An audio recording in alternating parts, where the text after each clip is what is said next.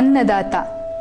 ಅನ್ನದಾತ ಅಂದರೆ ನಮಗೆ ಹಸಿವಾದಾಗ ಅನ್ನ ನೀಡುವ ನಮ್ಮ ದೇಶದ ಬೆನ್ನೆಲುಬು ರೈತ.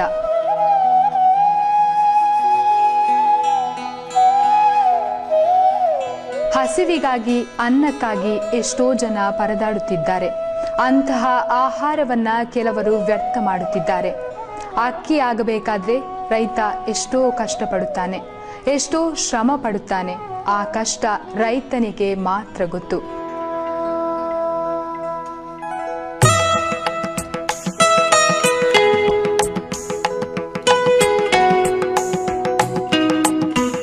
ಕೆಲಸಕ್ಕೆ ಸರಿ ಜನ ಸಿಗಲ್ಲ. ಸಿಕ್ಕಿದ್ರು ಅವರು ಹೇಳಿದಷ್ಟು ವೇತನ ಕೊಡಬೇಕು. ಅದರಲ್ಲಿ ಆದ ಬೆಳೆ ಅದಕ್ಕೆ ಮಾಡಿದ ಖರ್ಚಿನಷ್ಟು ಆಗುವುದಿಲ್ಲ. ಅಕ್ಕಿ ಆಗಬೇಕಾದ್ರೆ ರೈತ 5-6 ತಿಂಗಳು ಸತತ ಕಷ್ಟಪಡುತ್ತಾನೆ. ಇದರಿಂದ ನಷ್ಟವೇ ಹೊರತು ಲಾಭ ಇಲ್ಲ. ನಮ್ಮಲ್ಲಿ ಹಣ, ಆಸ್ತಿ, ಸಿರಿ, ಸಂಪತ್ತು ಎಷ್ಟು ಇದ್ದರೂ ಹಸಿವಾದಾಗ ನಮಗೆ ಬೇಕು ಅನ್ನವೇ. ಅನ್ನ ಅಂದ್ರೆ ಅನ್ನಪೂರ್ಣೇಶ್ವರಿ ಎಂಬ ನಂಬಿಕೆ ಇದೆ. ಈಗಿನ ಯುವ ಜನಾಂಗ ಕೃಷಿ ಕಡೆ ಗಮನ ಹರಿಸದೆ ಬೇರೆ ಕೆಲಸಕ್ಕೆ ತೆರಳುತ್ತಾರೆ. ಎಲ್ಲರೂ ವ್ಯವಸಾಯ, ಕೃಷಿ ಬೇಡವೇ ಬೇಡ ಅಂತಾರೆ. ಯಾರು ಕೃಷಿ ವ್ಯವಸಾಯ ಮಾಡದಿದ್ದರೆ ನಮಗೆ ತಿನ್ನಲು ಆಹಾರವೇ ಇಲ್ಲದಂತಹ ಕಾಲ ಖಂಡಿತ ಬರುತ್ತದೆ. ಆಗ ನಾವು ನರರಾಕ್ಷಸರು ಆಗುವುದು ಖಂಡಿತ. ಈಗಿನ ಯುವಕರಿಗೆ ಕಷ್ಟಪಟ್ಟು ದುಡಿಯಲು ಮನಸ್ಸಿಲ್ಲ. ಅದಕ್ಕೆ ಜಾಸ್ತಿ ವಿದ್ಯಾಭ್ಯಾಸ ಮಾಡಿ ದೂರದ ಊರಿಗೆ ಕೆಲಸಕ್ಕೆ ಹೋಗುತ್ತಾರೆ. ನಮ್ಮ ದೇಶದಲ್ಲಿ ಕಳೆದ 10 ವರ್ಷಗಳ ಅವಧಿಯಲ್ಲಿ ರೈತರ ಸಂಖ್ಯೆ 90 ಲಕ್ಷ ಇಳಿಮುಖವಾಗಿದೆ. ರೈತನಿಗೆ ಸರಿಯಾದ ಗೌರವವಿಲ್ಲ. ಕೆಲಸಕ್ಕೆ ಸರಿಯಾಗಿ ಜನ ಸಿಗುವುದಿಲ್ಲ. ತಾವು ಬೆಳೆದ ಬೆಳೆಗೆ ಮಾರುಕಟ್ಟೆಯಲ್ಲಿ ಸರಿಯಾದ ಬೆಲೆ ಇಲ್ಲ. ಇದಕ್ಕಾಗಿ ವ್ಯವಸಾಯ, ಕೃಷಿ ಬೇಡವೇ ಬೇಡ ಅಂತಾರೆ ನಮ್ಮ ರೈತರು. ಇದಕ್ಕೆ ನಾವು ಎಡೆ ಮಾಡದೆ ಎಲ್ಲರೂ ಕೃಷಿ ವ್ಯವಸಾಯ ಕಡೆ ಒಲವು ತೋರಿಸಬೇಕು. ರೈತನೊಂದಿಗೆ ಸಹಕರಿಸಬೇಕು, ಕೈ ಜೋಡಿಸಬೇಕು. ಅನ್ನದಾತನಿಗೆ ಗೌರವಿಸಬೇಕು. ಯುವ ಜನಾಂಗ ಕೆಲಸಕ್ಕೆ ಆಸಕ್ತಿಯಿಂದ ಮುಂದೆ ಬರಬೇಕು. ಆಹಾರವನ್ನ ವ್ಯರ್ಥ ಮಾಡಬಾರದು. ವ್ಯವಸಾಯದಲ್ಲಿ ಎಷ್ಟೆಲ್ಲ ಕೆಲಸವಿದೆ, ಎಷ್ಟೊಂದು ಕಷ್ಟವಿದೆ ಎಂಬುದನ್ನು ತೋರಿಸುವುದೇ ಈ ಅನ್ನದಾತ ಸಾಕ್ಷ್ಯ ಚಿತ್ರದ ಉದ್ದೇಶವಾಗಿದೆ.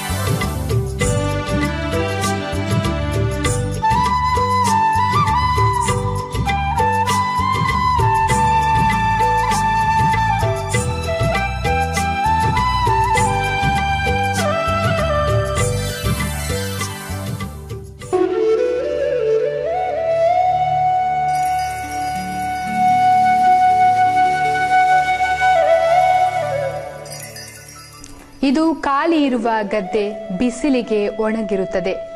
ಜೂನ್ನಲ್ಲಿ ಮುಂಗಾರು ಮಳೆ ಪ್ರಾರಂಭ ಆದ ನಂತರ ಮಳೆರಾಯ ತನ್ನ ಬತ್ತಳಿಕೆಯಿಂದ ನೀರನ್ನ ಭೂಮಿಗೆ ಸಿಂಪಡಿಸಿದಾಗ ಬಾಡಿ ಹೋದ ಹೆಚ್ಚಿನ ಕೃಷಿ ವೈವಿಧ್ಯಗಳು ನಿಮಿರಿಕೊಳ್ಳುತ್ತದೆ. ಎಣೆಲು ಬೇಸಾಯದ ಪದ್ಧತಿ ಪ್ರಾರಂಭವಾಗುತ್ತದೆ. ಹಟ್ಟಿಗೊಬ್ಬರವನ್ನ ಗದ್ದೆಗೆ ಹಾಕಿ ಈ ರೀತಿ ಚೆಲ್ಲುತ್ತಾರೆ. ಹಟ್ಟಿಗೊಬ್ಬರ ಹಾಕಿದ್ರೆ ಮಣ್ಣಿನಲ್ಲಿ ಫಲವತ್ತತೆ ಜಾಸ್ತಿಯಾಗುತ್ತದೆ. ಬೆಳಿಗ್ಗೆ ಬೇಗನೆ ಗದ್ದೆಯಲ್ಲಿ ಕೆಲಸ ಪ್ರಾರಂಭಿಸುತ್ತಾರೆ.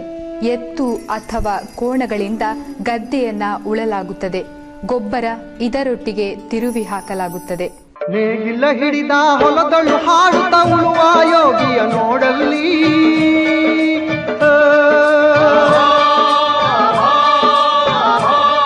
ನಂತರ ಬದುಕೆತ್ತುವುದಕ್ಕೆ ಪ್ರಾರಂಭಿಸುತ್ತಾರೆ. ಬದುಕೆತ್ತಿದ್ರೆ ಬದುವಿನ ಬದಿಯಲ್ಲಿ ನೀರು ನಿಲ್ಲಿಕ್ಕೆ ಮತ್ತು ತೆನೆ ಬರಲಿಕ್ಕೆ ಪ್ರಯೋಜನವಾಗುತ್ತದೆ. ಫಲವನ್ನು ಬಯಸದ ಸೇವೆಯ ಪೂಜೆಯು ಕರ್ಮವೇ ಇಹ ಪರ ಸಾಧನವು. ಖಾಲಿ ಗದ್ದೆ ಉಳುಮೆಯಾದ ನಂತರ ಸರಿ ನೀರು ಹಾಕಿ ನೀರಿಗೆ ಗದ್ದೆ ಉಳುತ್ತಾರೆ. ಸೃಷ್ಟಿ ನಿಯಮದೊಳಗವನೇ ಹೋಗಿ ಉಳುವ ಯೋಗಿಯ ನೋಡಲ್ಲಿ, ಉಳುವ ಯೋಗಿಯ ನೋಡಲ್ಲಿ.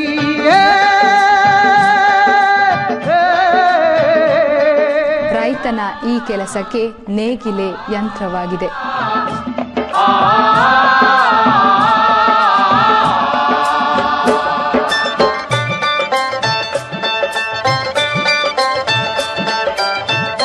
ಈಗ ಹೆಚ್ಚಿನ ಕಡೆ ಯಾಂತ್ರೀಕರಣದಿಂದಾಗಿ ಮತ್ತು ಎತ್ತು ಕೋಣಗಳನ್ನು ಸಾಕಲಿಕ್ಕೆ ಕಷ್ಟವಾಗುವುದರಿಂದ ಟಿಲ್ಲರ್ ಟ್ರ್ಯಾಕ್ಟರ್ಗಳಲ್ಲಿಯೇ ಗದ್ದೆ ಉಳುಮೆ ಮಾಡುತ್ತಾರೆ. ಟಿಲ್ಲರ್ನಲ್ಲಿ ಈ ರೀತಿ ಗದ್ದೆ ಉಳುತ್ತಾರೆ. ತನ್ನಿ ಕಾರ್ಯವ ಬಿಡನೆಂದು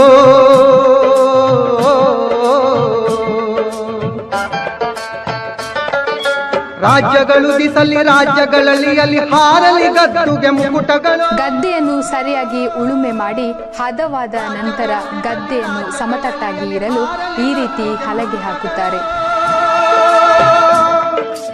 ಮುತ್ತಿಗೆ ಹಾಕಲಿ ಸೈನಿಕರಲ್ಲ, ಮುತ್ತಿಗೆ ಹಾಕಲಿ ಸೈನಿಕರಲ್ಲ, ಬಿಟ್ಟುಳುವುದನವ ಬಿಡುವುದೇ ಇಲ್ಲ. ಅಯ್ಯೋ, ಈಗ ಬೇಸಾಯ ಯಾರಿಗೆ ಬೇಕ್ರಿ? ಹಿಂದಿನ ಕಾಲದಲ್ಲಿ ಆದ್ರೆ ಏನು ಸಮಸ್ಯೆ ಇದೆಯಾ? ಬೆಳಿಗ್ಗೆ ಎದ್ದು ಎಲ್ಲರೂ 4 ಗಂಟೆ ನಾವೆಲ್ಲ ಎದ್ದು ಹೊಲದ ಕಡೆ ಹೋಗಿ ಆಯ್ತು. ಹೊಲ ಬೇಸಾಯ ಮಾಡ್ಬೇಕು ಅಂತ ಹೇಳಿದ್ರೆ ಜನದ ತಾಪತ್ರನೆಲ್ಲ ಎಲ್ಲರೂ ಕೆಳಗಿನ ಮನೆಯವರು ಮೇಲಿನ ಮನೆಯವರಿಗೆ, ಮೇಲಿನ ಮನೆಯವರು ಕೆಳಗಿನ ಮನೆಯವರಿಗೆ ಎಲ್ಲ ಸೇರಿಕೊಂಡು ಎಷ್ಟು ಚಂದವಾಗಿ ಬೇಸಾಯ ಮಾಡ್ತಾ ಇದ್ದೀವಿ. ಯಾವುದೇ ಸಮಸ್ಯೆನೇ ಇಲ್ಲ ನಮಗೆ. ಇನ್ನು ಕೊಯ್ಲು ಬಂತು ಅಂದ್ರೆ ಸಾಕು, ಈ ಗದ್ದೆ ನಾನು ಕೊಯ್ತೀನ್ರಿ, ಈ ಗದ್ದೆ ನಾನು ಕೊಯ್ತೀನ್ರಿ, ಇಲ್ಲಿ ಪಾಲು ಮಾಡಿಕೊಂಡು ಪೈಪೋಟಿಯಲ್ಲಿ ಕೊಯ್ತಾ ಇದ್ರು. ಏನು ಸಮಸ್ಯೆ ಇಲ್ಲ. ಎಲ್ಲ ಕೊಯ್ದು ಬಿಟ್ಟು ಭತ್ತವನ್ನು ಎಲ್ಲ ಭತ್ತದ ವ್ಯವಸಾಯ ಮಾಡಿ ಭತ್ತವನ್ನು ಮನೆಗೆ ತರುವಂತ ಕೆಲಸ ಇತ್ತು. ಯಾಕಂತ ಹೇಳಿದ್ರೆ ಆ ಕೊಂಡುಕೊಳ್ಳುವಂತ ಒಂದು ನಮ್ಮಲ್ಲಿ ಭಾರಿ ಒಂದು ವ್ಯವಸ್ಥೆ ಇತ್ತು ಆ ಸಮಯದಲ್ಲಿ.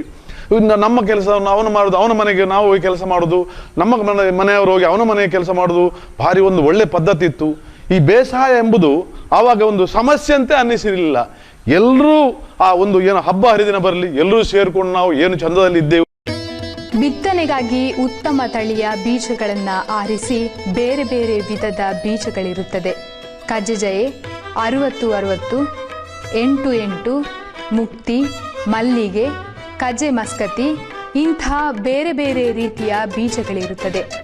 ಉತ್ತಮ ಫಲವತ್ತತೆ ಕೊಡುವ ಬೀಜವನ್ನು ಆರಿಸಿ ಈ ರೀತಿ ಬಿತ್ತನೆ ಮಾಡುತ್ತಾರೆ.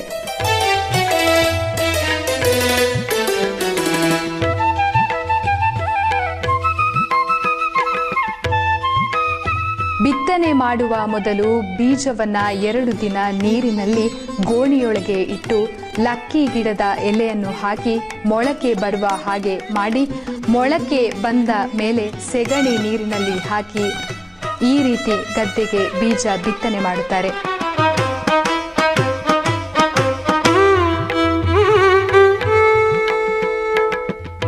ಇದು ಕಾವಲು ಹಾಕುವ ಕ್ರಮ.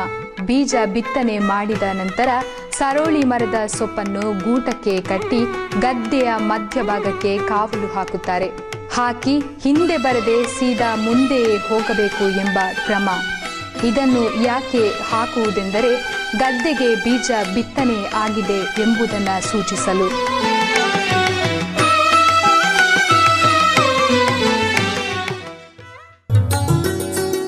ಈ ದಿನ ಮನೆಯಲ್ಲಿ ಪಾಯಸದ ಊಟವೂ ಮಾಡುತ್ತಾರೆ. ಕೆಲವು ಕಡೆ ಬೀಜ ಬಿತ್ತನೆ ಮಾಡುವುದಿಲ್ಲ, ನಾಟಿ ಮಾಡಿದ ಪೈರನ್ನು ನೆಡುತ್ತಾರೆ. ಸಾಲು ಸಾಲಾಗಿ ಸಸಿಯನ್ನು ನೆಡುತ್ತಾರೆ. ಈ ರೀತಿ ಇಳುವರಿ ಜಾಸ್ತಿಯಾಗುತ್ತದೆ. ಕೆಲಸವು ವೇಗವಾಗಿ ಸಾಗಲು ಸಂಧಿ ಹಾಡು ಹಾಡುತ್ತಾ ನಾಟಿ ಮಾಡುತ್ತಾರೆ.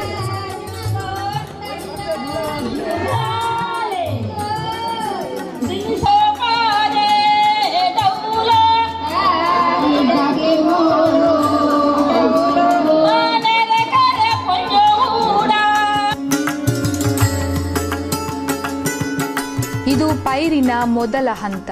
ಬೀಜ ಬಿತ್ತನೆ ಮಾಡಿದ ನಂತರ ಮಳೆ ಗಾಳಿಗೆ ತೊಂದರೆ ಆಗದಿದ್ದರೆ ಮೊಳಕೆ ಒಡೆದು ಚಿಗುರು ಒಡೆಯಲು ಪ್ರಾರಂಭಿಸುತ್ತದೆ. ಆ ಹಸಿರಾದ ತೆನೆಯನ್ನ ನೋಡುವುದೇ ಒಂದು ಆನಂದ.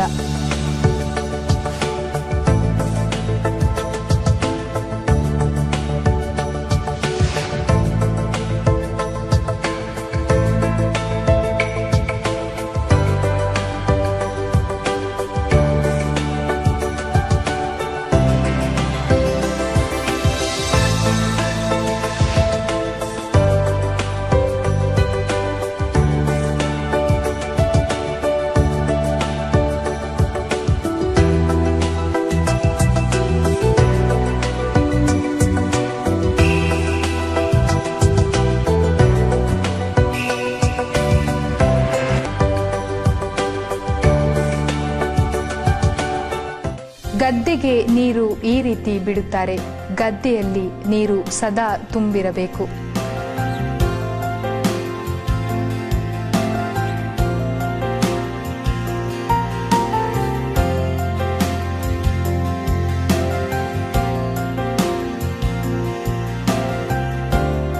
ಕೆಲವು ದಿನಗಳ ನಂತರ ಪೈರಿನ ಎರಡನೇ ಹಂತ ಈ ರೀತಿ ಇರುತ್ತದೆ. ಹಚ್ಚ ಹಸಿರಾಗಿ ಕಂಗೊಳಿಸುತ್ತದೆ. ಇದನ್ನ ನೋಡುವುದೇ ಒಂದು ಮನಮೋಹಕ.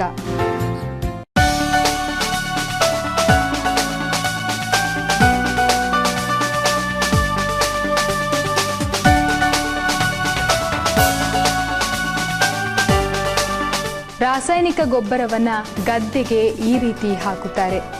ಹಟ್ಟಿ ಗೊಬ್ಬರ ಹಾಕಿದ್ರೆ ಸಾಲದು ಅಂತ ರಾಸಾಯನಿಕ ಗೊಬ್ಬರವನ್ನ ಹಾಕುತ್ತಾರೆ. ಹಾಕಿದ್ರೆ ಇಳುವರಿ ಜಾಸ್ತಿ ಕೊಡುತ್ತದೆ.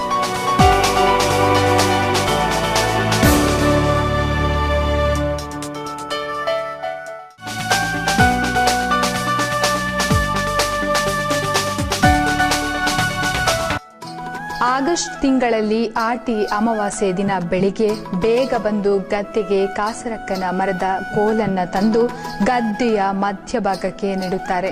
ತೆನೆಗೆ ರೋಗ ಬರದಂತೆ ರೋಗ ನಿರೋಧಕ ಶಕ್ತಿ ಇದೆ ಎನ್ನುತ್ತಾರೆ.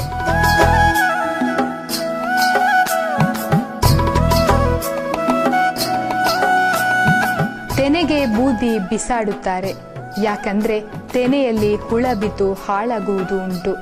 ಆ ಸಂದರ್ಭದಲ್ಲಿ ತೆನೆ ರೋಗ ನಿವಾರಣೆಗೆ ಬೂದಿ ಈ ರೀತಿ ಹಾಕುತ್ತಾರೆ.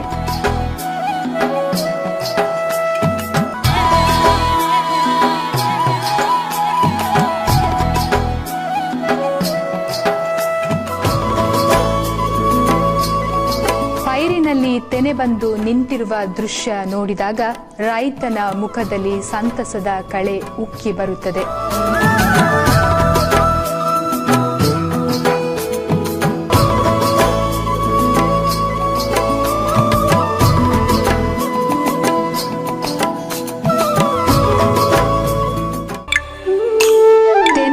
ಕೊಯ್ದು ತಂದು ಮನೆಯಲ್ಲಿ ಪೂಜೆ ಮಾಡಿ ತೆನೆಯನ್ನ ಮನೆಯಲ್ಲಿ ಕಟ್ಟುತ್ತಾರೆ.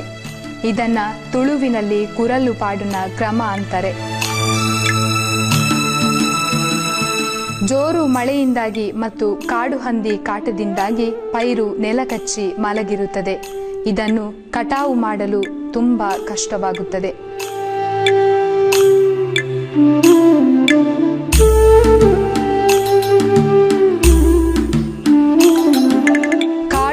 ಬಂದು ತೆನೆ ತಿಂದು ನಾಶ ಮಾಡುತ್ತದೆ. ಇದನ್ನ ತಡೆಗಟ್ಟಲು ದೊಂಪ ಅಂದ್ರೆ ಕಾವಲು ಮನೆ ಹಾಗೆ ಮಾಡಿ ರಾತ್ರಿ ಇಡೀ ಡಬ್ಬಿ ಬಡಿದು ಇದರಲ್ಲಿಯೇ ರಾತ್ರಿ ಇಡೀ ಕಾವಲು ಕೂರುತ್ತಾರೆ.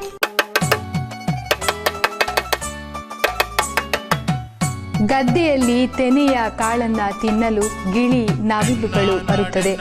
ಇದನ್ನ ತಡೆಗಟ್ಟಲು ಈ ರೀತಿ ಬಡಿದು ಶಬ್ದ ಮಾಡಿ ನವಿಲು ಗಿಳಿಗಳನ್ನು ಓಡಿಸುತ್ತಾರೆ.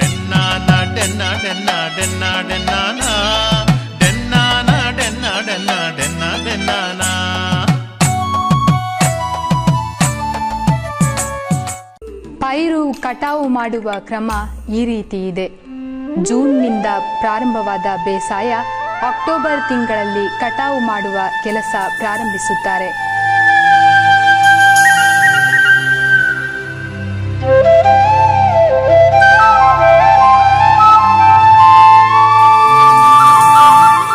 ಪೈರನ್ನು ಕತ್ತಿಯಿಂದ ಕೊಯ್ಯುತ್ತಾರೆ.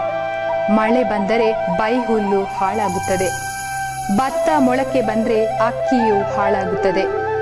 ಕಟಾವು ಕೆಲಸಕ್ಕೆ ಜನ ಸಿಗುವುದು ತುಂಬಾ ಕಷ್ಟವಾಗಿದೆ.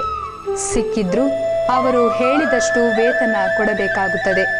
ಒಟ್ಟಾರೆ ರೈತ ಕಷ್ಟ ನಷ್ಟದಲ್ಲಿ ಹೋರಾಟ ನಡೆಸುತ್ತಾನೆ.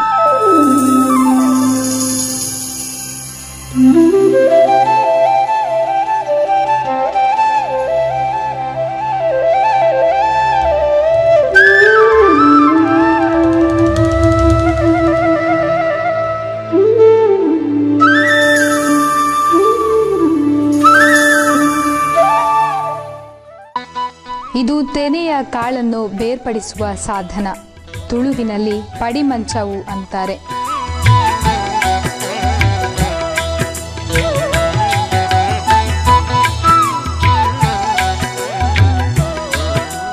ನೀರನ್ನು ಇದಕ್ಕೆ ಬಡಿದು ಭತ್ತವನ್ನ ಬೇರ್ಪಡಿಸುತ್ತಾರೆ. ಜೊತೆಗೆ ಬೈಹುಲ್ಲನ್ನು ಅಚ್ಚುಕಟ್ಟಾಗಿ ರಾಶಿ ಹಾಕುತ್ತಾರೆ.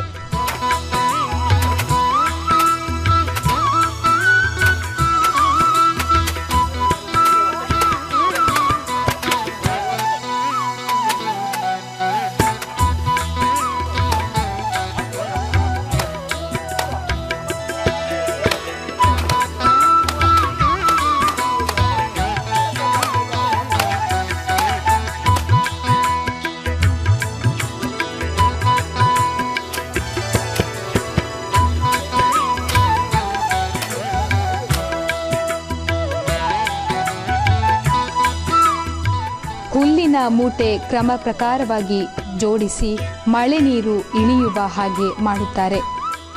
ಹುಲ್ಲು ಹಾಳಾಗದಂತೆ ಮಾಡಲು ಈ ಕ್ರಮವನ್ನು ಉಪಯೋಗಿಸುತ್ತಾರೆ.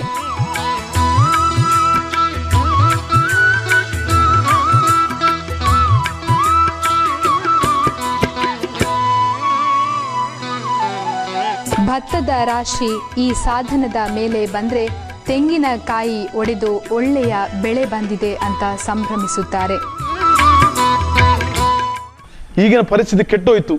ಅಂದ್ರೆ ಪರಿಸ್ಥಿತಿ ಕೆಟ್ಟೋಯ್ತು ಅಂತ ನಾವು ಹೇಳಲಿಕ್ಕೆ ಆಗಲ್ಲ. ಯಾಕೆಂತ ಹೇಳಿದ್ರೆ ನಮ್ಮ ಈಗ ಉಸಿರಿದೆ, ನಾವು ಬೇಸಾಯ ಮಾಡ್ತೀವಿ. ಇನ್ನು ನಮ್ಮ ಮಕ್ಕಳು ಮಾಡ್ತಾರಾ ಬಿಡ್ತಾರಾ ಗೊತ್ತಿಲ್ಲ. ಆದ್ರೂ ಬೇಸಾಯ ನಾವು ಬಿಡಲ್ಲ. ನಾವು ಕಷ್ಟ ಬಂದಷ್ಟು ದಿನ ಮಾಡ್ತೀವಿ. ಅದರಿಂದಾಗಿ ಈ ಬೇಸಾಯದ ಉಸಿರು ನಮ್ಮಂತ ಹಿಂದಿನವರು ಇದರಿಂದಾಗಿ ಈಗಲೂ ಏನೋ ನಾವು ಒಂದು ಬೇಸಾಯ ಗದ್ದೆ ಬೇಸಾಯ ಮಾಡ್ತೇವೆ ಅಂತ ಹೇಳಿದನ್ನು ಉಳಿಸಿಕೊಂಡು ಬಂದಿದ್ದೀವಿ. ಮುಂದಿನದಲ್ಲಿ ನಡಿಬೇಕು ಅಂತ ನಮಗೆ ಭಾರಿ ಇಷ್ಟ ಇದೆ. ಆದ್ರೆ ನಮ್ಮ ಮಕ್ಕಳು ಕೇಳ್ತಾವ. ಈಗ ಎಲ್ಲರೂ ಹೇಳೋದು, ನಿನ್ನ ಮಗ ಏನು ಇಂಜಿನಿಯರ್ ಮಾಡಿದಾನೋ ಮಾಡಲಿಲ್ಲ. ಏನು ಮಾರ ನೀನು ಬೇಸಾಯ ಮಾಡಿ ನಮ್ಮ ಮಕ್ಕಳನ್ನ ಮಣ್ಣಲ್ಲೇ ಒದ್ದಾಕಿ ಬಿಡ್ತೇನೆ ನೀನು ಇನ್ನು ಮುಂದೇನು, ನೀನು ಹಾಗೆಲ್ಲ ಮಾಡಿದ್ರೆ ಆಗೋದಿಲ್ಲ ಅಂತ. ಅದೆಲ್ಲ ಸರಿಯಪ್ಪ. ಆದರೆ ಹಿಂದಿನ ಕಾಲದಿಂದ ಬಂದಂಥ ಪದ್ಧತಿ ನಮ್ಮದು, ಅದನ್ನು ಬಿಟ್ಟು ಬಿಡ್ಲಿಕ್ಕೆ ಆಗ್ತದಲ್ಲ. ನಮ್ಮ ಹತ್ರ ಭೂಮಿ ಇದೆ, ಭೂಮಿಗೆ ಸಂಬಂಧಪಟ್ಟಂಥ ಒಂದಷ್ಟು ದೈವ ಇದೆ, ಆ ದೇವರು ಇದೆ, ಅದನ್ನೆಲ್ಲ ನಂಬಿಕೊಂಡು ಬಂದಿದ್ದು. ಭತ್ತವನ್ನ ಕೈತಟ್ಟೆಯಿಂದ ಈ ರೀತಿ ಹಾರಿಸುತ್ತಾರೆ. ಭತ್ತದಲ್ಲಿರುವ ಕಲ್ಲು, ಮಣ್ಣು, ತೆನೆ ಇಲ್ಲದ ಭತ್ತ, ಇದನ್ನ ಬೇರ್ಪಡಿಸಲು ಭತ್ತವನ್ನ ಈ ರೀತಿ ಹಾರಿಸುತ್ತಾರೆ.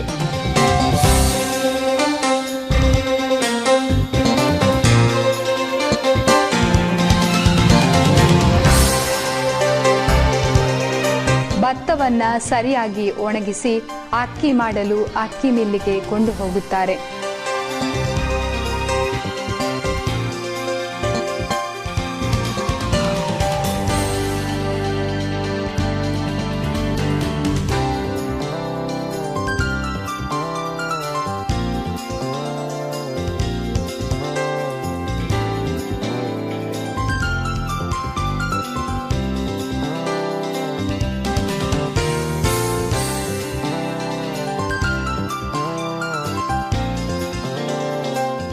ಇಷ್ಟೆಲ್ಲ ಕಷ್ಟ ಇರುವ ವ್ಯವಸಾಯದ ಬಗ್ಗೆ ರೈತರನ್ನ ಮಾತಾಡಿಸಿದಾಗ ಅವರು ತಮ್ಮ ಅಭಿಪ್ರಾಯವನ್ನ ಈ ರೀತಿ ವ್ಯಕ್ತಪಡಿಸಿದ್ದಾರೆ. ಈಗಿನ ಕಾಲದಲ್ಲಿ ನಮ್ಮಂಥ ಯುವಕರೆಲ್ಲ ಹಳ್ಳಿಗಳನ್ನ ಬಿಟ್ಟು ಪಟ್ಟಣ ಕಡೆ ಮುಖ ಮಾಡ್ತಾ ಇದ್ದಾರೆ. ಈಗಿನ ಕಾಲದ ಕೃಷಿಕರೆಲ್ಲ ನೋಡ್ತಿದ್ರೆ ಗೊತ್ತಾಗ್ಬೋದು, ಈ ಕೃಷಿ ಭೂಮಿಯನ್ನೆಲ್ಲ ಬಂಜಾರಾಗಿ ಬಿಟ್ಟು ಪಟ್ಟಣದ ಕಡೆ ಹೋಗಿ ದೊಡ್ಡ ದೊಡ್ಡ ಕಂಪನಿಗಳಲ್ಲೆಲ್ಲ ಕೆಲಸಕ್ಕೆ ಸೇರ್ತಾ ಇದ್ದಾರೆ. ಇದು ಹೀಗೆ ಮುಂದುವರೆದ್ರೆ ಮುಂದೊಂದು ದಿನ ನಾವು ಆಹಾರದ ಕೊರತೆಯನ್ನು ಅನುಭವಿಸಬೇಕಾಗುವಂಥ ಸಂಭವ ಬರ್ಬೋದು. ಮತ್ತು ಈಗಿನ ಕಾಲದ ಶ್ರೀಮಂತರೆಲ್ಲ ಆಧುನಿಕ ಪದ್ಧತಿಯನ್ನು ಉಪಯೋಗಿಸ್ತಿದ್ದಾರೆ. ಅಂದರೆ ಈ ಮಿಷಿನ್ಗಳನ್ನೆಲ್ಲ ಉಪಯೋಗಿಸಿಕೊಂಡು ಕೃಷಿಯನ್ನು ಮುಂದುವರಿಸಿದ್ದಾರೆ. ಅದೇ ಬಡ ಕೃಷಿಕ ಹಾಗಲ್ಲ. ಬಡ ಕೃಷಿಕರೆಲ್ಲ ಆಳುಗಳನ್ನೇ ನಂಬಿ 2 ದಿನದಲ್ಲಿ ಮಾಡುವಂಥ ಕೆಲಸವನ್ನು 2 ವಾರ ಆದರೂ ಮುಗಿಸ್ಲಿಕ್ಕಾಗಲ್ಲ. ಕಾರಣ ಆಳುಗಳ ಕೊರತೆ ಒಂದು. ಮತ್ತು ಶ್ರೀಮಂತರದ್ದೆಲ್ಲ ಈಗ ಹೇಳ್ತಿದ್ದಾಗೆ 2 ದಿನ 3 ದಿನದಲ್ಲಿ ಆಗುತ್ತೆ ಕೆಲಸ. ಯಾಕಂದರೆ ಈಗೆಲ್ಲ ಮೆಷಿನ್ಗಳೆಲ್ಲ ಬರುತ್ತೆ. ಅಕ್ಕಿ ಮಿಲ್ಲಿನಲ್ಲಿ ಭತ್ತದಿಂದ ಅಕ್ಕಿಯನ್ನ ಬೇರ್ಪಡಿಸುವ ಕಾರ್ಯ ಈ ರೀತಿ ಇದೆ. ಭತ್ತವನ್ನ ದೊಡ್ಡ ಕಟಾರದಲ್ಲಿ ಬೇಯಿಸಿ ಒಣಗಿದ ಭತ್ತದಿಂದ ಕುಚ್ಚಲಕ್ಕಿ ತಯಾರಿಸುತ್ತಾರೆ.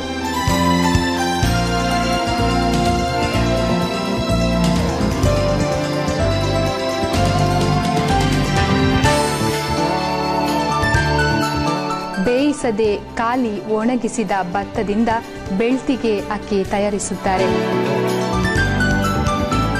ಈಗ ಹಲ್ಲರ್ನಿಂದ ಅಕ್ಕಿಯನ್ನ ಈ ರೀತಿ ಬೇರ್ಪಡಿಸುತ್ತಾರೆ.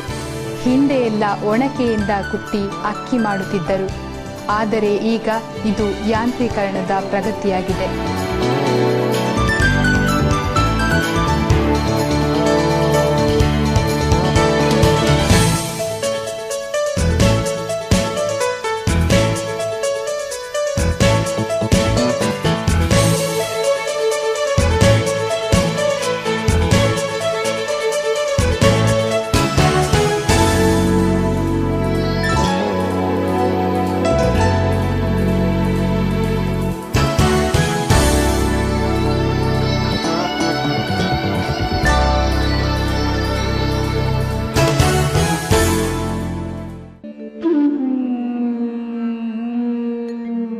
ಜಗತ್ತಿನ ಎಷ್ಟೋ ಕಡೆ ಇವತ್ತಿಗೂ ಒಂದು ಹೊತ್ತು ಊಟಕ್ಕೂ ಗತಿ ಇಲ್ಲದೆ ಎಷ್ಟೋ ಜನ ನರಳುತ್ತಿದ್ದಾರೆ.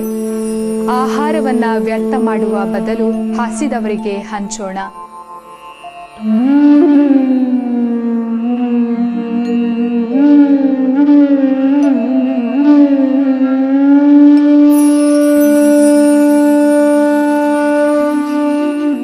ನಾವೆಲ್ಲ ರೈತನೊಂದಿಗೆ ಕೈ ಜೋಡಿಸೋಣ. ಇವನ ಕಾಯಕದೊಂದಿಗೆ ಭಾಗಿಯಾಗೋಣ.